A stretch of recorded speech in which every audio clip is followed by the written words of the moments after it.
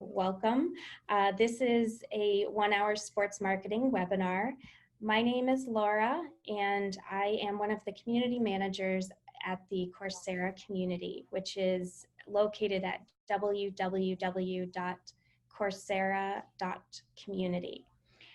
So we will have a designated time for questions and answers as part of this webinar, and that will be at the end. Without further ado, let me briefly introduce our guest today, Dr. Candy Lee. Dr. Lee is a professor at the Medill School of Journalism, Media, and Integrated Marketing Communications at Northwestern University in Illinois. She graduated from Harvard and earned her doctorate at the University of Pennsylvania. She has run large media companies and is a lifelong sports fan, loving sports from all over the world. So take it away, Dr. Lee. Thank you so much. What I plan to do is go through a set of PowerPoints, and then what I would like to do, if okay with all of you, is then try to answer your questions. There's been a set of questions given to me already that some of you have posted, and then we can have some questions from all of you. And many of you I can see already are from countries that I have lived in. I'm a huge cricket fan. I'm originally from the West Indies, and I can see some of you are from cricketing nations, so we can talk about that. But let me go through my PowerPoint and talk about jobs. I don't know if some of you are already in the sports fields, but one of the reasons I teach sports marketing is, and let me get my slides right up here, is because the truth is that many people are interested in sports and don't have a passion for marketing. I have a passion for marketing, and I like to teach sports marketing because through sports, I can get people to have a passion for my topic, because I can get people to be interested in marketing if I use sports as the lens. But there's a huge demand nowadays for people in sports marketing. And it's because everybody wants to increase their audiences. And they use various marketing expertise in order to increase their audience base. But sports marketing means a lot of different things.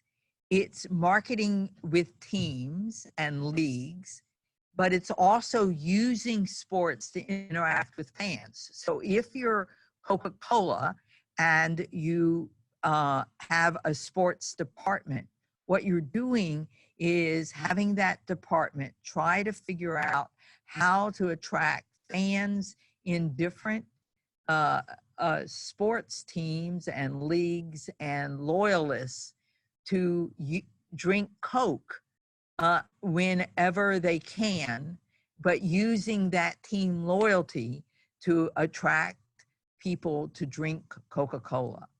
And if you perhaps have a product that has a fan base, like Gatorade or Wilson Sports Rackets, you have people who are working in Gatorade or Wilson Sports, and you want to attract people to your product.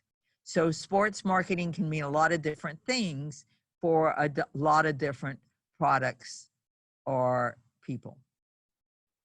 So one of the areas is public relations, known popularly as PR or corporate communications if you're in a particular kind of organization. Dr. Lee, yes. I just wanted to say that we don't see your slides. I'm not sure if you've tried to share them. Oh, I'm glad to hear you say that. Now, why don't you see them? Because I am sharing them. So Thank you for letting me know that. Sure. Now, do I have to share slides or At, what? do you see the option to share at the bottom of the screen? Screen share.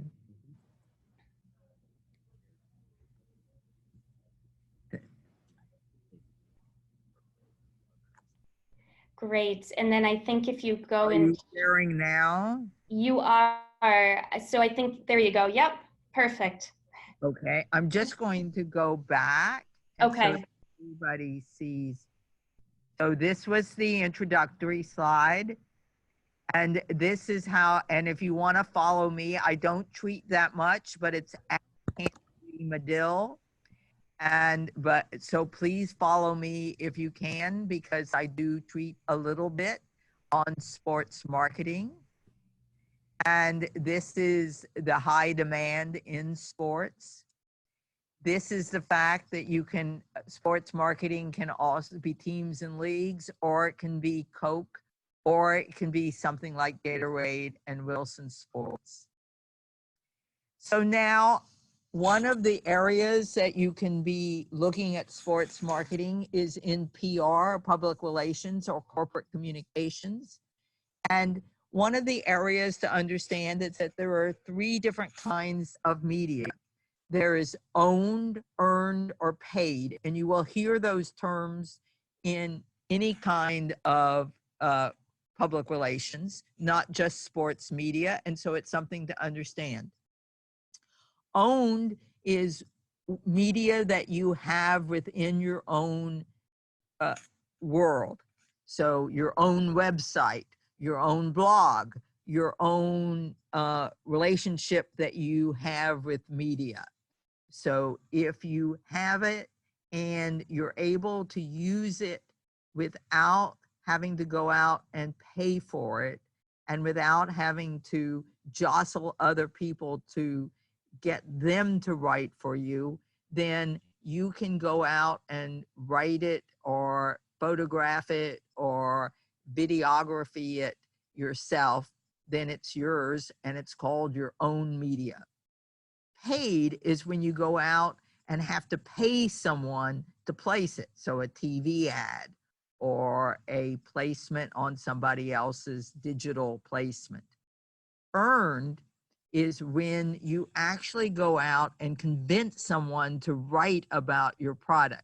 So if I went to Vogue magazine and said, look, I have a new sports bra and I want you to write about it because it's the best sports bra that ever existed on the face of the planet, and people will run better if they have this sports bra on them. And Vogue says, oh my gosh, yes, send me a sports bra. I want to write about it. And you don't have to pay for it. You don't own Vogue magazine, but they write about it and say how good it is. Then you've earned that piece because you worked hard to get them to write about it. That's an earned media. The second bullet point is talking about handling journalists and visitors at a game. So if I'm a journalist and I come to cover the next game, then those visitors, those journalists have to be handled at a game. They have to be given stats. They have to be told about that game. That's public relations, media relations at a game. And there are many people who do it. So for example, if I am covering the last night or this week, the NFL had one of the highest covered wild card games ever at and one of the highest watched playoff games ever for a wild card game. And there were many journalists at those games. And those journalists had to be given stats. They had to be given seats to watch it in the press box. And all of those people had to be handled. And there are media relations for each of the teams and for the stadiums there. and that those are jobs that are available. There are also visitors at these venues that are being managed, and that's also jobs. And there are voices of corporations. So for example, there is Gatorade has a public voice for that corporation, who speaks to the press, who speaks to not just the press, but speaks to any form of the publics at any time. And you want to use skills such as writing, video, multimedia, any kind of public speaking, writing speeches, making videos, talking about innovations, etc. The next kind of job that is required is celebrity handling. So you need to market the celebrity, you need to negotiate the skills. If you've ever seen a movie called Jerry Maguire, you have a sense of both the challenges of this, but the energy required. It can be 24/7. You can use a celebrity to endorse a good. You can make sure that the celebrity is helping the community, is using a social media well, is actively working to be a force for good and is not doing anything bad. And celebrity handling is sometimes both a legal job, but is also a worthwhile crisis management as well. Crisis communications, it can be a whole field. When things go wrong, what should you do? And there are crisis agencies there who prepare for risks and who manage when things don't go well, but who also ensure that there are plans for the future. Sports marketing is all about social media. So how do you use social media to talk to fans? How do you think about using social media for advocacy, or even for how do you bring Coke drinkers to a game? How do you bring Coke drinkers to the grocery store to get them to buy? How do you bring Coke drinkers to think Coke over Pepsi? How do you get Coke drinkers to participate in a contest? So thinking about using social media in as many different ways as possible for whatever company you're working for. Event management is a huge opportunity, and it doesn't have to be for sports marketing. If you're trained in event management, you can work in many different places. And you think about event management and sports marketing as being a game, but of course, if you're in the NFL, there are so many games in a season, but you have to use the stadium for all the other times of the year. So you fill a stadium with rock concerts, with political events. So what do you do with when there is no sports action? So the event management can be many opportunities outside of sports, but the stadium itself needs to have event management. But also there are event agencies that run sporting events and other events. And you have to think about how to manage all of the people, the parking, the facilities, government licensing, the stakeholders, the sponsors, etc. Sponsorship is a huge part of sports, from naming rights to retail activations. Activations are the terms for what happens after you contract for sponsorship. So how do you get the full value of the sponsorship after you've contracted for it? So let's say you name the stadium AT&T. How do you get the value after you've spent $20 million naming the stadium? You've got to think about that. And more industries feature departments focused on thinking about sponsors and getting sponsors and using the sponsorship well. So Red Bull will send somebody up in space so that they can drop down and parachute. So you have to think about many different sponsorships and how to utilize them and get them working well.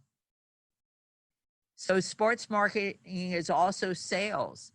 All sports teams have sales departments, but products have sales departments, and leagues have sales departments.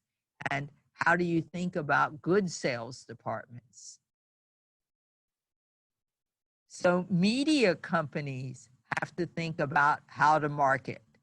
So there are some media companies listed here, but they have to think about how to get audiences and how to sell advertising and how to get fans to be loyal to them. In this day and age, people think about the minute a commercial happens, switching their TV set or their streaming or their cable. How do you get people to stick? And how to think about marketing to get more people to stay with you or to have your Disney Plus or your ESPN Plus or to sign up for a year.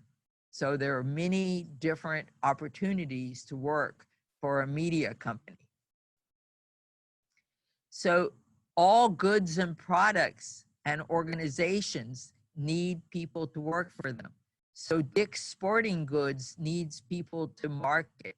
The stores, KPMG, which is a consulting company, also needs people to market women's golf because it sponsors women's golf.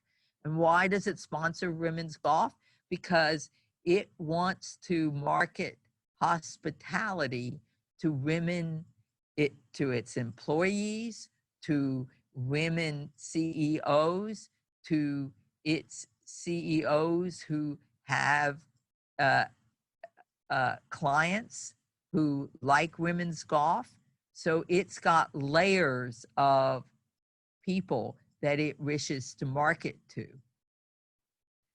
So sports venues have marketing teams and are very, think it's very important to acquire fans. They want to acquire fans and they want to retain the fans. So subscription is very important, and subscription has its own particular attributes in terms of how do you get people to pull out a credit card and give you their credit card numbers. That's really hard. The reason Amazon has such good stickiness is because it has your credit card. If baseball teams had more people giving them their credit cards, they would have more retention for people staying as subscribers year on year. So they want marketers who know how to get people to stay as subscribers year after year. So they want marketers who understand subscriptions. And all sports teams are interested in loyalty programs. So understanding loyalty programs, which are now very popular in airlines, hotels, Starbucks, retail, drugstores, are now very popular in sports. They didn't used to be 5 or 10 years ago, but now a great loyalty program. About half of baseball teams, Premier League teams in the UK, even in La Liga, now coming in Italy, approaching in Germany, are now for football around the world, are now starting good loyalty programs. They're different than the airlines, for example, but it's coming. So understanding how to have a good loyalty program versus a one-off promotion plan is also important for marketing programs. So thinking about how to do good marketing programs for sports is important. Also important in sports marketing is understanding how to price. Pricing is important in marketing, and it's very important in sports. And sports is starting to adopt some dynamic ticket pricing. In the airlines, if you sit next to someone, you don't turn to them and say, "What did you pay for your ticket?" Because you know they paid a different price than you did. No one on an airline paid the same price for their ticket.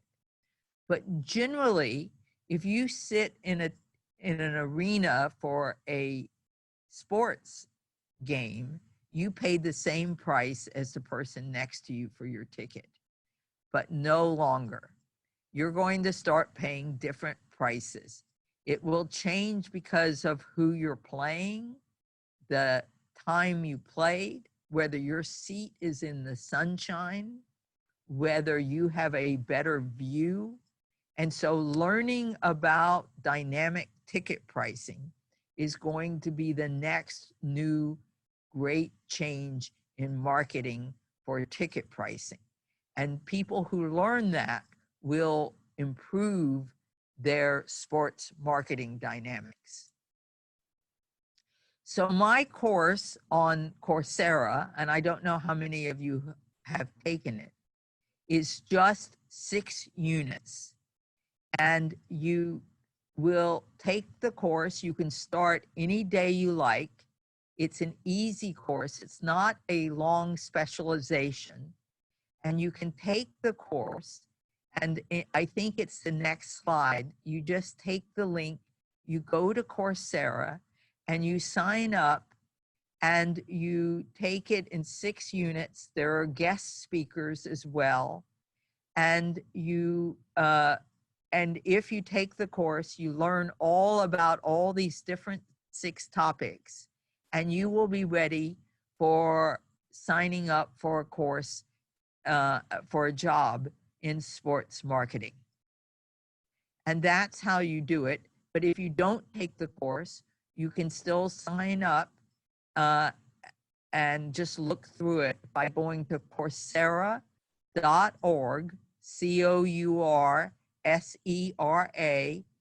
Coursera.org, O-R-G. And then in the search box, sports marketing. And it's the first one that comes up because my course is the only course on sports marketing at Coursera. Now we're ready for questions. So I'm going to escape this, and I guess I stopped sharing so I can see the questions. Is that right, Laura? You can go ahead and stop sharing, but and yes, you can see the questions if you click on the Q&A box, the questions that have been posed during the webinar. As soon as I do that, I will, stop share. I see that. Oh, good. There we are. Okay, now all panelists. Will you be able to tell me the questions? Excellent. Yes, I'm happy to. I tracked them during the webinar, so I know there were some beforehand too. Yep. So I'll go ahead and pose the questions to you if that works for you. That would be great. Okay. Great. So I think this is a good kind of first question to start with, and that's, how difficult is it for a person having no experience in sports or marketing to get into this field? I think if you take the course, it is a lot. I think you'll have a very good sense of both marketing and sports. Uh, and then I would probably take a basic principles of marketing course. Um, I would also say, depending on how you feel about this, if you want, I don't mean to sort of be an advocate. Uh, there's a there's a graduate online degree at Medill that's an online degree in integrated marketing communications. If you go to Medill, master's degree in just integrated marketing communications. It doesn't have anything to do with Coursera. It gives you a master's degree. And I think it's a fabulous, you can take 2 classes a quarter or 3 classes a quarter. And what I think it's, if you go to medill.edu, or actually email me at candy.lee@northwestern.edu, and I'll email you the link if you like. And you might just want to take the degree. I mean, it costs it costs money to take it, but you'll get the graduate degree in marketing as well, which might be interesting for you, and you'll learn a lot about marketing. But I think if you take the Coursera course, you will find out if you really like marketing and if you like sports enough to pursue it. And you also probably on Coursera can take a marketing class that would help you find out if you like marketing enough to do this. So and we have another question asking whether a master's in sports management is necessary to get into the sports industry, like event organization or athletic management. I don't think so. I think people are more interested in whether you have a sense of, well, first of all, if you have passion, and secondly, if you have a sense of marketing, then whether you're attuned to sports management. I mean, it's great if you have it. I'm not knocking having it, but I don't think anybody would say you had to have it. And also related to kind of getting into the industry, do you have a sense of whether there exist remote sports marketing jobs? Like working for, the example offered here is working for the NBA or the NFL to promote the leagues in another country. So I think what you should do if you're interested is either write the headquarters, if they're starting in your country, or write the headquarters in the US. If it's the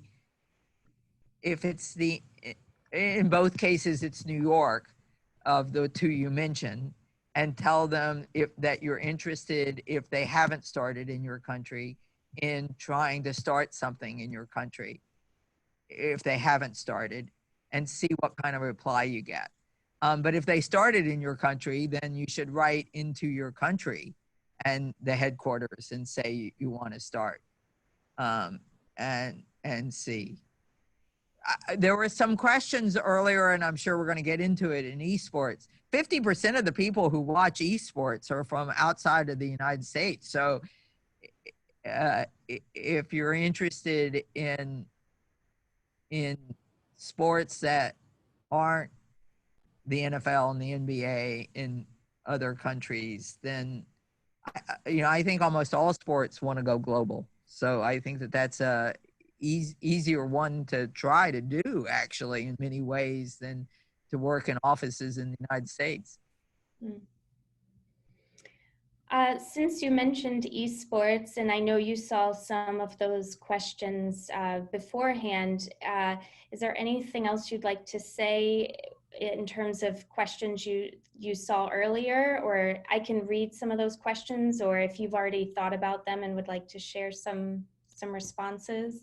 So there were a lot of questions earlier about the relationship of marketing esports with marketing other sports. And oddly enough, I think there are probably as many jobs in esports as there are in traditional sports or legacy sports, I'll call them, because there's so many unknowns about esports and they need so much help. The esports have two huge challenges. One, a lot of people watching them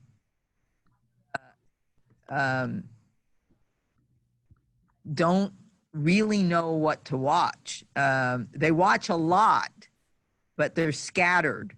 They watch over many different games, many different people, many different streaming sites. And they, so the sponsors and the advertisers sort of don't know where to go, don't know what to watch. So if you're a marketer in either, let's say, Coca-Cola or at Twitch or at any one of the streaming sites, you're sort of at ground zero in what to do. So they're hiring people to learn at the same time as the site or the product learns. So they're hiring a lot of people and they're trying to get expertise that grows with them. So there's a lot of opportunity and there's not a lot of measurement already on the ground on what works. So lots of opportunity. One of the problems is right now is that shooting games, games where you shoot, actually are doing better than games that are sports. So, you're learning both opportunities at the same time. But the skills of finding a fan base and marketing to the fan base are sort of the same as in traditional sports. So the skills are somewhat transferable in terms of what you're learning and being able to say, I know how to do X, so I can do X for esports at the same I can do X for the other. Interestingly enough, event marketing may be just as big in esports as it is in regular sports, because the events that people put on in esports are huge. You go to Las Vegas. I mean, it's not interesting to me, but if you go to Las Vegas and watch thousands of people sit in a room looking at screens, which I've done, I mean, to me, it's really boring, but which I've done, that actually has to be put on by an event group. So, you still have to do that. So you still have to figure out how to do it. You still have to get people to watch your show. You still have to acquire people. So, the skills are still somewhat the same. The other question that came up earlier, which we haven't talked about, is that a huge part of the future is betting. And I took a group of graduate students to England to think about betting. earlier last year, because betting, of course, in England is very mature and is going to be growing in the US. And what it's going to grow in the US for is betting in game.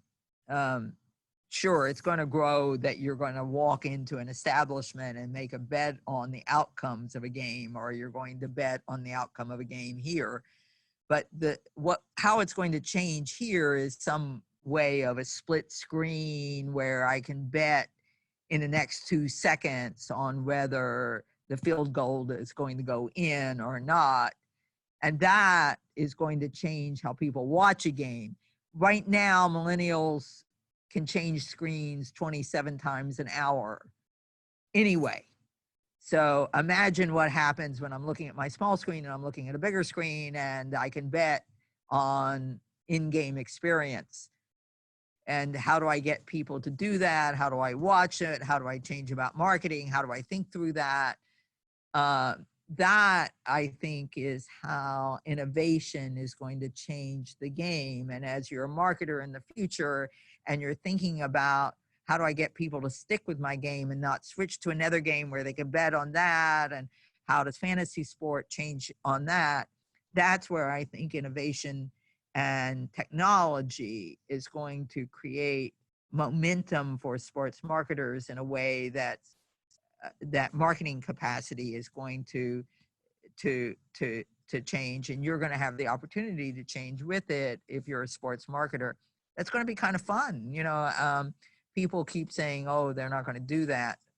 Yeah, they are going to do it. I mean, FanDuel and DraftKings, they're going to have the opportunity to do that.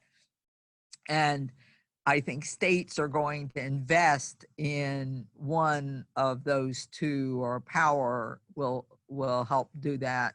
Power being another betting organization, will help do that, and will take a percentage of the revenue to help offset losses that they are incurring, because the federal government isn't going to give states as much revenue.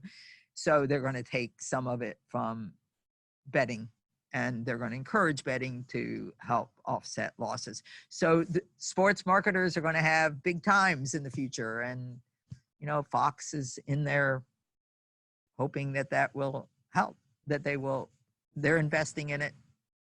So you have a chance to be part of it. Questions? Oh, I lost your voice. Yeah, sorry about that. So we have lots and lots of questions.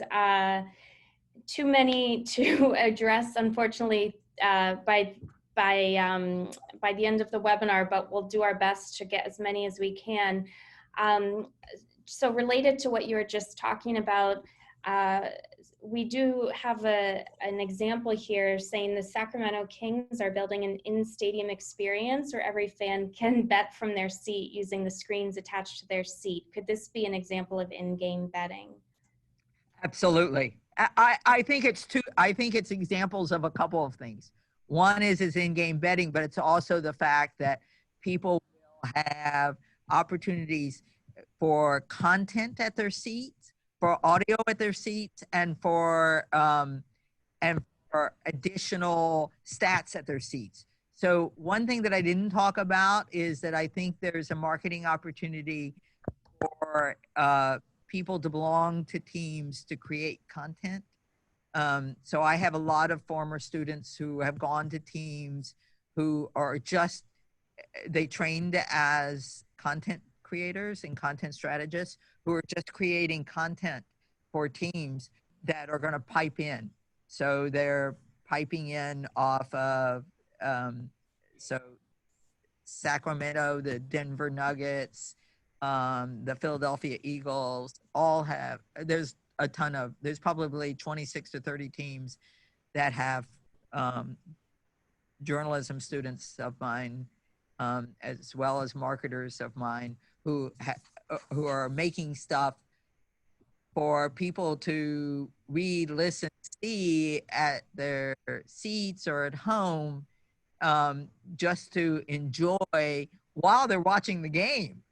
Split screens at their seats, listen to second screens. You know, uh, we're just avid consumers of stuff. True. Okay, so we have kind of connected to that. I think we have several questions about fan engagement. So one of the questions is, can you share your point of view on fan engagement in the age of digital and broad data? How are sports franchises, leagues, and brands creating a superior fan engagement beyond mere parachute drops and freebies, which I think were things mentioned earlier in the webinar, and maybe you've already spoken to that already. I'm not sure if there's anything else to add. Well, Arsenal, for example, is anybody an Arsenal fan? I'm a big Arsenal fan. Anyway, Arsenal, you can belong to the toddler club at age 1, and your birthday party is at Arsenal, and you graduate to the Arsenal 4-year-old club, and then the Arsenal 5-year-old club, etc. And you have some different experience every time. And if you go to visit Arsenal, you get your picture taken with your favorite Arsenal shirt, and then you get an email from the club.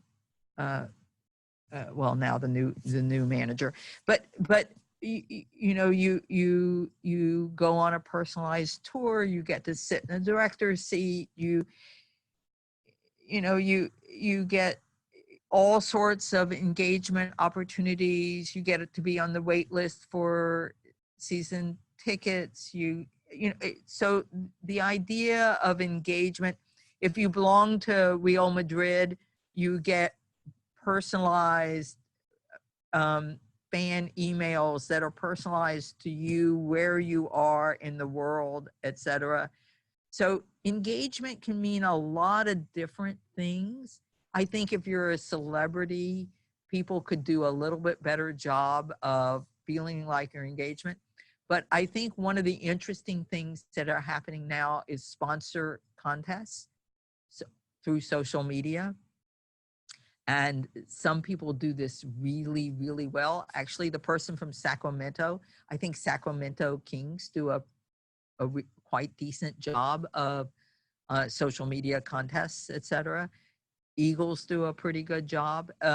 So people have done decent jobs, but I think sports marketing can get lots better at some of this. They're so used to doing individual game promotions like bobbleheads that are successful, that I think people could get lots better at this. Okay, great. And then also related to thinking about fans, are there any sorts of behavioral aspects that that you're aware of that are different when we think about Western sports fans, like soccer, rugby, basketball, compared to Eastern demographic, like cricket in India, that people would keep in mind as they're thinking about marketing? Well, I think the age-old stereotype of cricket being a gentleman's sport has some truth to it. And I think the age-old stereotype of soccer having fights. I used to live next to the Arsenal football ground, and you know, it's a bit of a worry. I think that everybody has progressed a little bit toward the mean. But I doubt that baseball would have had nearly the uproar of this spit on the ball of cricket. And I doubt that people in cricket would have had nearly the concern of drinking that people in Qatar are going to have for the World Cup. So I don't know whether we're how the progression toward the mean will be as sports really go global, and we'll see. I probably could not have foreseen 20 years ago that we would have been quite as interested in watching people play screen games. So hard for me to foretell the future, and I don't try to do that. But I do think that there are principles of marketing and acquiring fans that hold true from 50 years ago that still hold true now. I think we love stats. We love measurement. As fans, we like to be appreciated. We like personalization. We like communication. And we like status. We like for people to know and appreciate us as individuals. And if we're appreciated, we will in turn support the team that appreciates us. Okay, and we have about 10 minutes left, and I have a few questions here that are related to writing and publication. And the first is, as a translator and copywriter who's specializing in sports, I'm interested in sports terminology, both technical and marketing stuff. Can you suggest a few reliable game changers or trendsetters globally, like blogs or magazines or marketing agencies for somebody in this position? Ooh, I'm not sure I understand the question. To work for, or to read, or to learn from, or what? The way that I read it is to learn from, to kind of, you know, Follow? yeah, to follow. That's how I'm interpreting the question. If the person who asked wants to clarify in the chat or the Q&A, you're welcome to do so. But yeah, if you have any recommendations in terms of publication. So the best football, meaning soccer writer, I think, is a gentleman named Rory Smith, Rory Smith, Smith, who writes for the New York Times out of Manchester, England. I mean, he's from Manchester, and I just think he's a very good football writer, and worth reading. He's got another person out of England, Tariq, Tariqali, who writes about football. I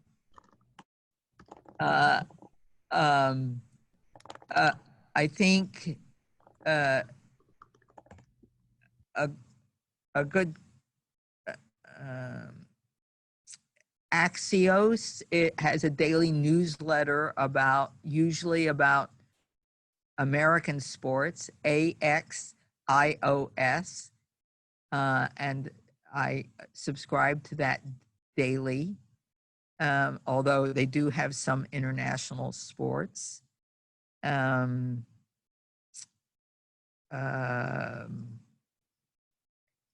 Just in terms of marketing generally, Boston Consulting Group and McKinsey have a quarterly newsletter about organizational behavior and marketing, both of which I think are very good and worth subscribing to. And all of these are free.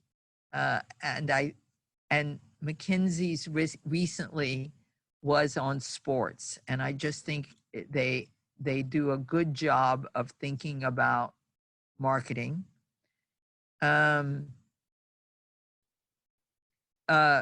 there's an institute in America called the Content Marketing Institute that has a free daily newsletter, Content Marketing Institute, that I think your writer should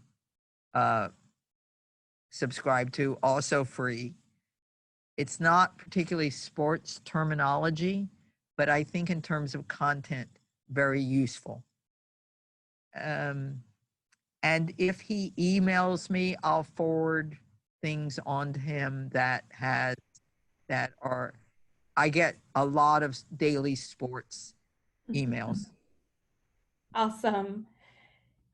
Thank you. And I'm actually going to also include in the chat box here the link to the post that we made for this webinar in the Coursera community, because I know you all are bringing your own expertise and experience, all of you who are attending, and you might have some great suggestions to share as well. So definitely feel free to continue to chat with each other, and you can do that by going to this link and starting a conversation on that thread.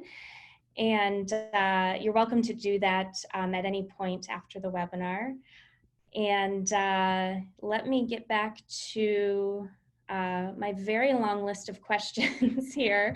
It's fantastic. I mean, you all have asked some really great questions. So so this kind of connects sports publications and the digital world. How important is the presence of digital sports publications in today's world? What trends do you expect to see in the digital sports sector in the coming decade? So the trouble is that I think all publications will eventually be digital. And so fighting for an audience that finds you is going to be difficult. And yes, what I didn't talk about is that all media requires marketing to find an audience. So when I was talking about ESPN, there's ESPN Magazine, there's Athletic, there's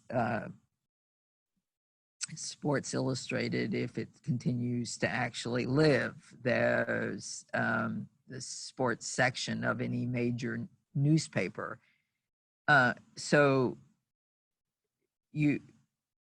any major newspaper in England has a sports section that matters. And in fact, I think the best sports section in England probably is the sports section of the Telegraph. You really need to think about how to get people to read your sports publication or your podcast or your radio section. And that's hard to get through the clutter. That's marketing as well. And it depends on the amount of resource it takes to put the publication out versus the number of people you need to see it or hear it and what's that relationship? Because if it costs you $100 to put it out and you only have 2 people who watch it, then that's the problem. So if it's a labor of love, great. If it's costs you money, So, you have to think about how much you want to do it and what's the value return for you. A lot of people do it out of love. At some point that's, that can, the love can fritter away. Up to you. But yes, everything's going to be digital. So I would like to ask one final question before we wrap up, and that is whether there are any certifications specific to the sporting industry, like sports management, marketing, event management. So the only ones that I know of are ones given by schools, and none of them are necessary. So when people think about certifications, they think of ones that are required by professional development in fields such as, plumbing or teaching or other fields. I don't know of ones required in the marketing field as per se, and not particularly in sports. So there may be in parts of the world that I do not know about. I checked here before because this question was asked prior to the actual to the webinar, and we don't know of one, but there could be, and I just don't know about it. So thank you so much, Dr. Lee. Thank you. I loved it. Enjoy everybody, and how wonderful to meet all of you. Thank you very much for joining me.